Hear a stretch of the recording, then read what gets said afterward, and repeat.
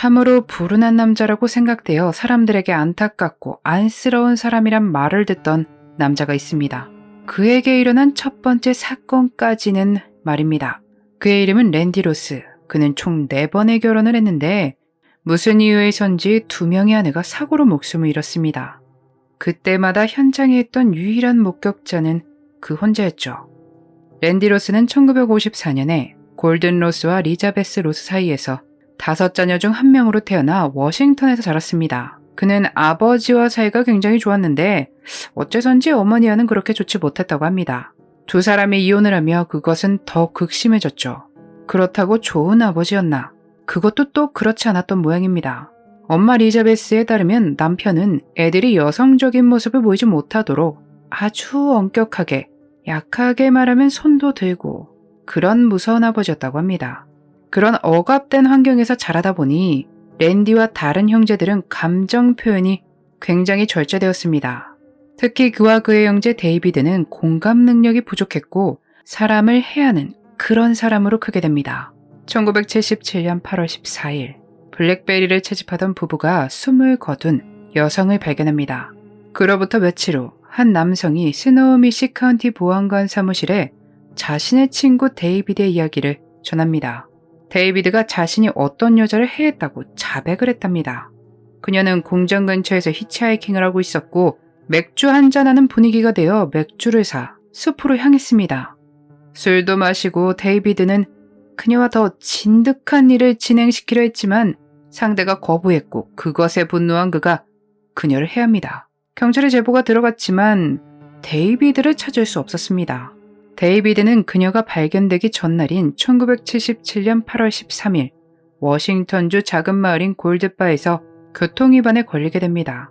그렇게 소지품을 수색하던 경찰이 마로 시작하는 납본표를 발견했고 8월 22일에 법원에 출두할 예정이었지만 나타나지 않은 채로 1년 동안 잡히지 않습니다.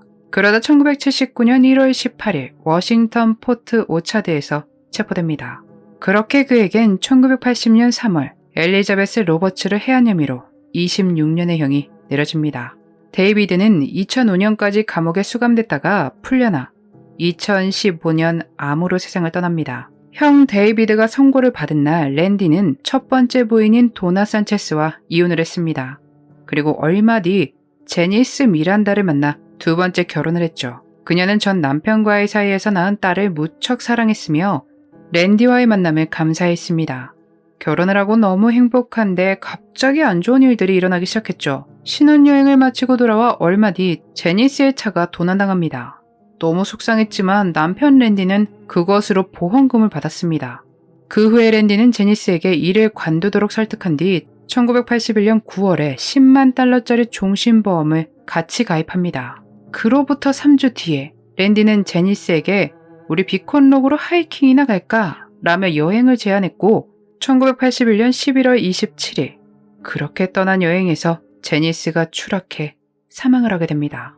랜디는 경찰에게 그녀가 하이킹을 하던 중에 넘어졌다고 하며 굉장히 슬퍼했습니다. 그는 유일한 목격자였고 사고로 아내를 잃은 안쓰러운 사람이 됐습니다. 그런 사람 치고는 아내의 화장을 서둘러 진행했죠. 랜디는 제니스의 사고와 관련하여 기소되지 않았고 몇 달 뒤 그는 보험금 10만 달러를 받습니다. 1990년 랜디는 도나 클리프트라는 여성과 결혼을 했다가 이혼을 했는데 그와 가족여행을 갔다가 도나가 생명의 위협을 느끼며 이혼을 하게 됩니다. 고무보트를 타고 있는데 날카로운 바위 쪽으로 이동을 하려는 모습에 위협을 느꼈다고 합니다. 그렇게 이혼한 그는 잠깐의 텀을 갖고 신시아 신디 바움가르트너를 만나게 됩니다. 그녀는 남편이 사망하고 혼자 아이를 키우고 있었는데 2명의 아이가 있었습니다. 랜디와 만났던 여성들 다들 혼자 아이를 키우고 있던 상황으로 아마 그런 점을 파고들어 자신을 의지하도록 만들었던 모양입니다. 신시아는 종교적인 신념으로 이혼한 남성과 결혼하는 것을 반대했었지만 그와 만나고 얼마 안 있어 라스베이거스로 결혼을 하러 떠났으니 랜디의 말솜씨가 굉장히 뛰어났던 것 같습니다. 그렇게 2사람은 빠르게 결혼을 했고 랜디는 첫 번째 부인 사이에서 태어난 자녀 그렉과 함께 신시아의 집으로 들어갑니다. 1991년 랜디와 신시아는 40만 가까이 되는 생명보험을 듭니다. 신혼생활이면 행복하고 웃음이 피어나야 하는데 결혼을 하고 랜디는 달라지기 시작했습니다. 신시아의 주변 지인들에 따르면 그녀가 결혼 생활을 힘들어하고 후회하는 것 같았다고 합니다. 1991년 7월 23일 남편 랜디가 웬일로 결혼 1주년을 앞두고 가족여행을 가자고 제안합니다. 사마미시옷으로 말이죠. 그렇게 도착한 호수에서 자, 너네는 여기서 놀아라. 랜디는 아이들을 물가 근처에서 놀도록 두고 그는 아내와 함께 고무보트를 타고 접근 금지되어 있는 깊은 곳까지 이동했습니다. 그런데 얼마 뒤 그는 보트에 숨을 쉬지 않는 신시아를 태우고 돌아옵니다. 그곳에서 CPR을 하지만 효과가 없었고 병원으로 이송됐지만 결국 사망하고 맙니다. 그는 경찰에게 쾌석정 후류가 자신들의 보트를 전복시켰고 자신은 수영을 잘 못하기에 힘이 빠져 그녀를 구하지 못했다고 주장했죠. 하지만 경찰은 그의 주장을 믿지 않았고 그를 의심했지만 증거가 없었습니다.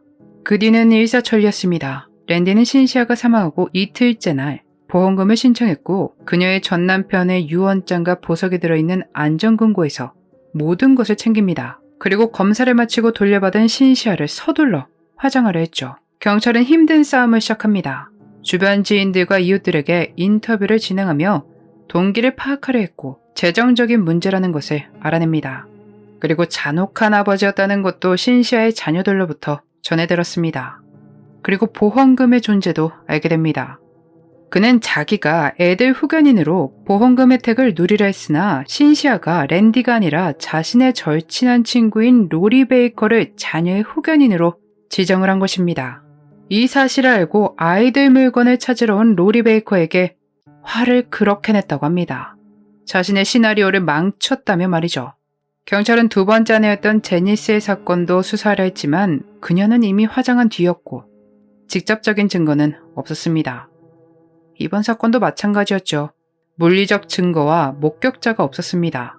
그럼에도 조사관들은 여러 증인들과 자신들이 조사한 내용으로 영장을 발부해달라 판사를 설득했고 얻어낸 영장으로 그의 집을 수색하게 됩니다.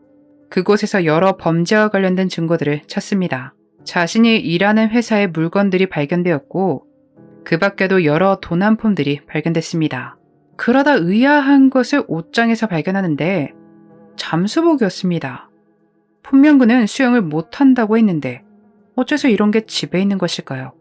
그 밖에도 수제 무기, 성인 잡지, 쓰레기통에 버려진 신시아의 가족 사진을 발견합니다. 차고에선 신시아가 쓴 시가 발견됐는데 내용은 랜디는 신디가 그를 이사하게 만든 늪을 싫어합니다. 랜디는 신디의 집을 싫어합니다. 랜디는 신디의 물건을 싫어합니다. 랜디는 신디의 돈을 싫어합니다. 랜디는 신디의 독립적인 성격을 싫어합니다. 라는 그녀의 심정이 담긴 시였습니다. 경찰은 거기서 멈추지 않았습니다. 직접 호수에 나가 쾌속정 후류로 보트가 뒤집히는지 여러 실험을 했고 그 결과 보트를 뒤집을 만한 후류를 생성하는 것이 불가능하다고 확인됐습니다. 경찰이 조사한 것들을 바탕으로 1991년 10월 8일 랜디는 체포됐는데 그는 자신이 체포됐다는 것에 굉장히 놀라웠다고 합니다. 재판에서 100명이 넘는 증인이 증언을 했고 그 중에 스쿠버 강사는 자신이 그를 교육했으며 수영 실력이 뛰어나다 증언했습니다.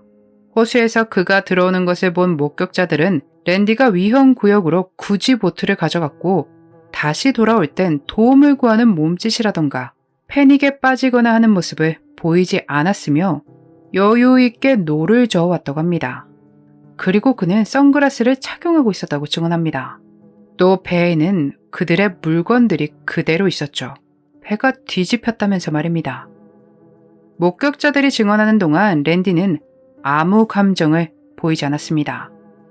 랜디의 변호인은 그를 아내를 잃은 불쌍하고 안타까운 남편으로 묘사했고 검찰은 이기적이고 탐욕적인 사람으로 묘사합니다. 랜디는 일주일 동안 20시간이 넘는 증언을 했으며 신시아에 대한 자신의 이야기가 거짓이라거나 일관성이 없다고 말하는 증인들은 분명 그들이 잘못 기억하고 있는 것이라 주장했습니다.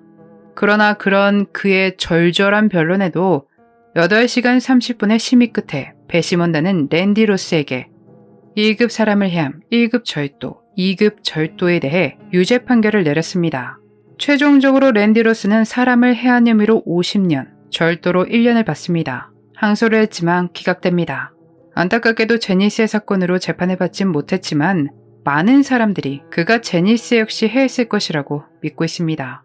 여기서 참 놀랍게도 그의 첫 번째 부인은 자신은 랜디와의 결혼 생활이 너무 행복했었다며 이혼한 이유는 모르지만 그의 편에 섰다고 합니다. 그의 어머니와 그의 형제들 역시 그가 부당한 재판을 받았다며 화를 냈다고 하네요. 랜디 로스는 2029년 가석방 자격이 주어지는데 개인적으론 그가 절대로 세상 밖으로 나와선 안 된다고 생각됩니다. 여러분은 어떻게 생각하시나요? 자신의 마음을 채워줄 새로운 사랑이라 믿었던 신시아, 그리고 확인받지 못했지만 그의 피해자일 것이라고 믿어지는 제니스, 그들이 부디 지금은 편히 쉬고 있기를 바랍니다. 함께 해주셔서 감사합니다. 그날의 미스터리 오키노 TV였습니다.